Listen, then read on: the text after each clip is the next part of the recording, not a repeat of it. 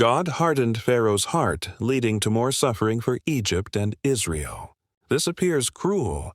Why not just soften Pharaoh's heart and end it quickly? Solomon, the wisest man, identified the issue. Haughty eyes and a proud heart, the unplowed field of the wicked, produce sin. David, the man after God's heart, declared God's response. Whoever has haughty eyes and a proud heart, I will not tolerate. Haughty eyes reveal an irrevocable decision. I will not submit, no matter the consequence. When Pharaoh declared, "Who is the Lord that I should obey him?"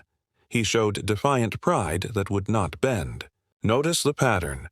Early plagues say, Pharaoh hardened his heart. Only later does it say, the Lord hardened Pharaoh's heart. Pharaoh hardened himself first through repeated defiance. The Lord, the God of their ancestors, sent word to them through his messengers again and again, because he had pity on his people. But they mocked God's messengers, despised his words, and scoffed at his prophets until the wrath of the Lord was aroused against his people and there was no remedy. You struck them, but they felt no pain.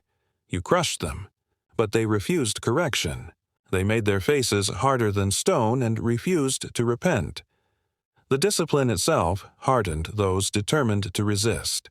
Each plague met with haughty eyes produced further hardening. God's hardening is the natural result when haughty eyes meet divine discipline, irrevocable defiance that hardens further under correction until there is no remedy. Whoever remains stiff-necked after many rebukes will suddenly be destroyed, without remedy. God didn't arbitrarily harden Pharaoh. He gave him over to the hardening that his own pride and God's discipline produced together.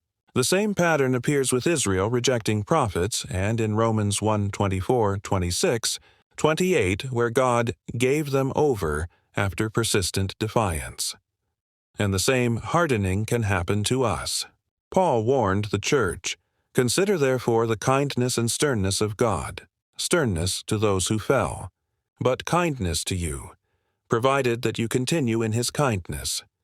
Otherwise, you also will be cut off."